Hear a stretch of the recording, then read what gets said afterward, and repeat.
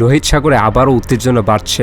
বাণিজ্যিক জাহাজে হামলা, ড্রোন আক্রমণ এবং মিসাইলের কারণে এই অঞ্চল এখন বিশ্বের সবচেয়ে আলোচিত সামুদ্রিক রুট। এর মধ্যে সৌদি আরবের নেতৃত্বে নতুন সামুদ্রিক নিরাপত্তা উদ্যোগে বাংলাদেশও যুক্ত হয়েছে। এখন প্রশ্ন হলো, যদি কোনোদিন এই অঞ্চলে বাংলাদেশি নৌবাহিনীকে হুতিদের হুমকির মুখোমুখি হতে হয়, তাহলে কার সামরিক সক্ষমতা কোথায় বেশি? হুতিরা কি শুধু একটি বিদ্রোহী গোষ্ঠী, নাকি তারা এখন একটি পূর্ণাঙ্গ যুদ্ধক্ষম শক্তিতে পরিণত হয়েছে? আজকের ভিডিওতে আমরা বাস্তব তথ্য, সামরিক বিশ্লেষণ এবং যুদ্ধের অভিজ্ঞতার ভিত্তিতে তুলনা করব। চলুন শুরু করি। প্রথমে আসি জনবলের দিকে। বাংলাদেশের 3 বাহিনীতে নিয়মিত সদস্য রয়েছে প্রায় 2 লাখের কাছাকাছি। এর সঙ্গে রয়েছে প্রশিক্ষিত বিভিন্ন বিশেষ ইউনিট।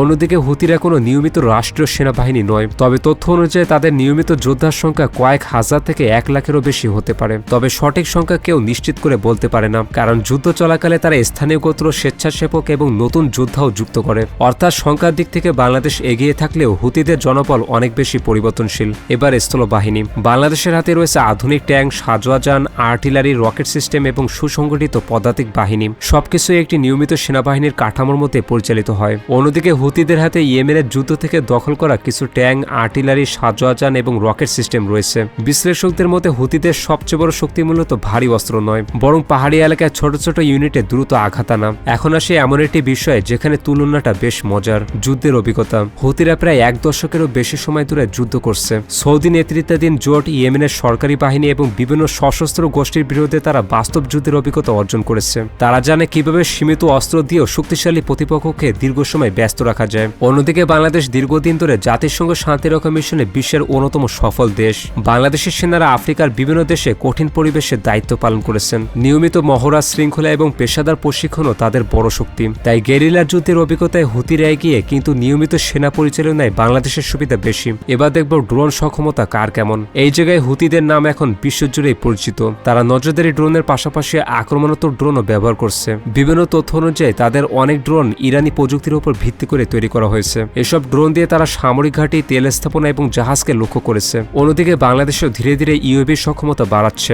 নজরদারি, সীমান্ত পর্যবেক্ষণ এবং তথ্য সংগ্রহে ড্রোনের ব্যবহার বাড়ছে। তবে আক্রমণাত্মক ড্রোনে বাংলাদেশ এখনো পিছিয়ে আছে। এবার আসে সবচেয়ে আলোচিত বিষয়: মিসাইল। হুতিদের সবচেয়ে বড় শক্তি হলো তাদের ব্যালিস্টিক, ক্রুজ এবং এন্টিশিপ মিসাইল। এগুলো সঠিক সংখ্যা জানা যায় না, তবে তথ্য অনুযায়ী তারা একাধিকবার দূরপাল্লার হামলা চালিয়েছে। বিশেষ করে লোহিত সাগরে জাহাজ লক্ষ্য করে এন্টিশিপ মিসাইল ব্যবহারের ঘটনাও দেখা গেছে। অন্যদিকে বাংলাদেশের কাছে আধুনিক এন্টিশিপ মিসাইল রয়েছে, যা মূলত নৌ প্রতিরক্ষার জন্য ব্যবহৃত হয়। এছাড়া স্থল ও নৌবাহিনীর বিভিন্ন প্রতিরক্ষা ব্যবস্থা রয়েছে। তবে বাংলাদেশের কোনো দীর্ঘপাল্লার ব্যালিস্টিক মিসাইল বাহিনী নেই। অর্থাৎ দূরপাল্লার আক্রমণাত্মক মিসাইল ব্যবহারের ক্ষেত্রে হুতিরা বড় ধরনের হুমকি তৈরি করতে পারে। এবার আসি এমন একটি জায়গায় যেখানে দুই পক্ষের যুদ্ধের ধরন একেবারেই আলাদা: নৌ ক্ষমতা।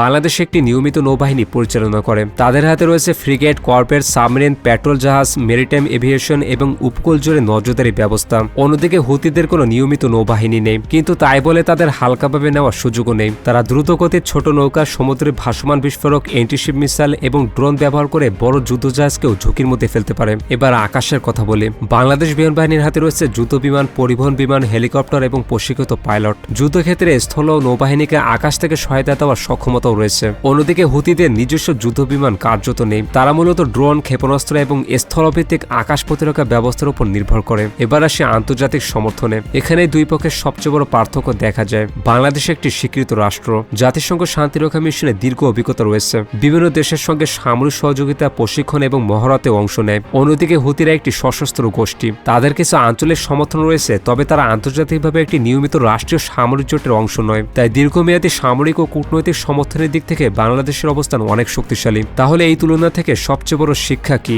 হুতিদের শুধু একটি বিদ্রোহী গোষ্ঠী ভেবে ভুল করলে চলবে না। বহু বছরের যুদ্ধ তাদের অসম যুদ্ধ, ড্রোন এবং ক্ষেপণাস্ত্র ব্যবহারে দক্ষ করেছে। আবার বাংলাদেশকে শুধু জনবল বা অস্ত্রের সংখ্যা দিয়ে বিচার করলেও ভুল হবে, কারণ এটি একটি নিয়মিত ও পেশাদার সামরিক বাহিনী যাদের আকাশ, সমুদ্র এবং সমন্বিত অভিযানে সুস্পষ্ট সক্ষমতা রয়েছে।